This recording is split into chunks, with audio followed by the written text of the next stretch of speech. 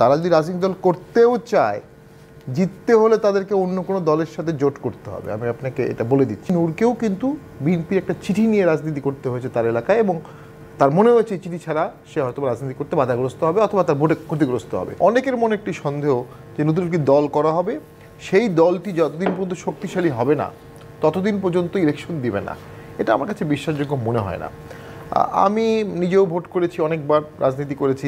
আমি যখন প্রথমবার এমপি হলাম, বাইদেন আমার লন্ডনে 3টা ডিগ্রি আছে, বাংলাদেশের শ্রেষ্ঠ চেম্বারে 5 বছর কাজ করে, টোটাল 10 বছর সুপ্রিম কোর্টে কাজ করেছি, 1000 ওয়াজ মাহফিল করেছি, 200 অষ্টপ্রহর করেছি, 10 বছর বন্যায় ত্রাণ দিয়েছি, 8 বছরে 25,000 কম্বল দিয়েছি, 500 স্কুল কলেজে প্রোগ্রাম করেছি, 2টি অ্যাম্বুলেন্স এমপি হওয়ার পরে দিয়েছিলাম, এখন একটা হসপিটাল চালাই সাবসিডি দিয়ে। এবং আমার ওই আসনে আমার আগেও 6বার জাতীয় পার্টির এমপি ছিল। আমি বলছি এই কথাটা কেন, এরপরও এমপি হতে আমাকে কত কষ্ট পেতে হয়েছে।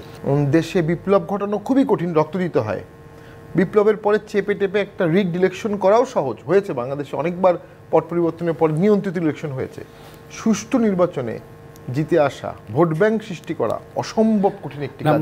না, জাতীয় পার্টি এখনো খুব তড়িঘড়ি করে ইলেকশনের পক্ষপাতীও না, আবার ইলেকশনে অনেক দেরি করার পক্ষপাতীও না।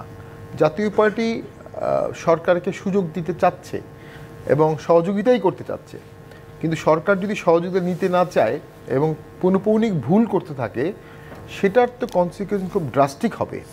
আর নতুন একটি দলের ক্ষেত্রে আমি একটু বলছি, দেখুন এদেশের তো মানুষ, কিছু লোক আওয়ামী লীগ করে, বিশাল একটা অংশ বিএনপি করে, কিছু লোক জাতীয় পার্টি করে, কিছু লোক জামাত করে, কিছু লোক চরমনাই করে, কিছু লোক বামপন্থী করে।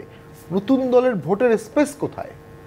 আমি তো নতুন কোনো দলের তরুণ নির্ভর, কর্মী নির্ভর একটা দৃশ্যমান মিছিল করা বা মিটিং করা ছাড়া বিশাল ভোট ব্যাংকের একটি দল হওয়ার সম্ভাবনা অন্তত এই মুহূর্তে দেখছি না। জাতীয় পার্টির অবস্থা বেশ কণ্টকাকীর্ণ, তবে তারপরে অসংখ্য ছোট দলের থেকে জাতীয় পার্টি এখন অনেক ভালো আছে ইন টার্ম অফ জনসমর্থন এবং ব্যাকগ্রাউন্ড মিলিয়ে। ছাত্ররা দল করতে যাচ্ছে, এটা আমি খুবই স্বাগত জানাই, কারণ এই বিশাল পলিটিক্যাল অ্যাসপিরেশনটাকে যদি পলিটিক্যাল ইনস্টিটিউশনালাইজ করে ট্রান্সফরমেশন করা না হয়, তাহলে ন্যাশনাল লস হবে।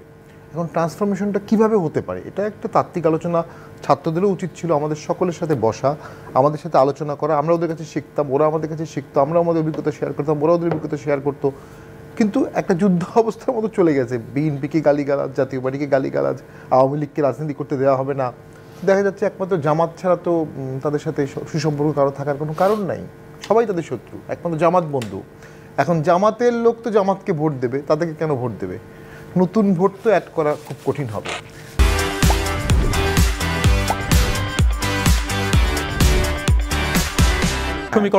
উদাহরণ দিই, আমার খুব প্রিয় ব্যক্তি নূর, বিপি নূর, কত টর্চার হয়েছে। 10 বছর ধরে জাতীয় রাজনীতিতে তার ভিজিবিলিটি ছিল, মার খাচ্ছে, জিতছে, সে আন্দোলন করছে, কোটা আন্দোলন থেকে শুরু করে একের পর এক অনেক কিছু। সেই নূরকেও কিন্তু বিএনপির একটা চিঠি নিয়ে রাজনীতি করতে হয়েছে তার এলাকায়, এবং তার মনে হয়েছে এই চিঠি ছাড়া সে হয়তো রাজনীতি করতে বাধাগ্রস্ত হবে অথবা তার ভোটে ক্ষতিগ্রস্ত হবে। আর বাকিরা তো তার তুলনায় অনেক নবীন, অনেক কম অভিজ্ঞ, বা একটা বড় আন্দোলন অভিজ্ঞতা আছে। 10 বছরের একটা কাঠামোগত আন্দোলন তাদের নাই। আমি কাউকে ছোট করছি না, তারা অনেকেই ভবিষ্যতে অনেক বড় জাতীয় নেতা হবে। বিচার, যদি সবাই বলছেন বিচার সম্ভব না, আইনজীবী হিসেবে বলছি, যেভাবে করে মামলাগুলো ড্রাফট হয়ে ফাইল হয়েছে, এটা বিচার সম্ভব না। প্রতিটি মামলায় মিনিমাম 200 থেকে 300 আসামি, 200 থেকে 300 আসামির জন্য যদি 161 রেকর্ড করতে হয়, 164 রেকর্ড করতে হয়। পোস্টমর্টেম রিপোর্ট কয়টা মামলার আছে? পোস্টমর্টেমের পরে সেখানে ফরেন্সিক লাগবে, ব্যালিস্টিক লাগবে, কোন গুলি গিয়েছে, কার বন্দুকের গুলি, কোন মডেলের বুলেট, কোন মডেলের পিস্তল, কোন মডেলের রাইফেল, এগুলো সব ফরেন্সিক লাগবে। আদারওয়াইজ পুলিশ চার্জশিট সাধারণত দিতে পারে না। দেন পুলিশের চার্জশিটে যাদের বিরুদ্ধে চার্জশিট দেবে, প্রত্যেকের বিরুদ্ধে পুলিশ তদন্তে কী পেল সেগুলো লিখতে হবে। দেন চার্জশিট করে ফাইল হবে, চার্জ ফ্রেমের হিয়ারিং হবে, চার্জ শুনানি হবে, চার্জ ফ্রেম হবে, তারপরে শতাধিক সাক্ষী হবে, শতাধিকের উপরে সাক্ষী হবে।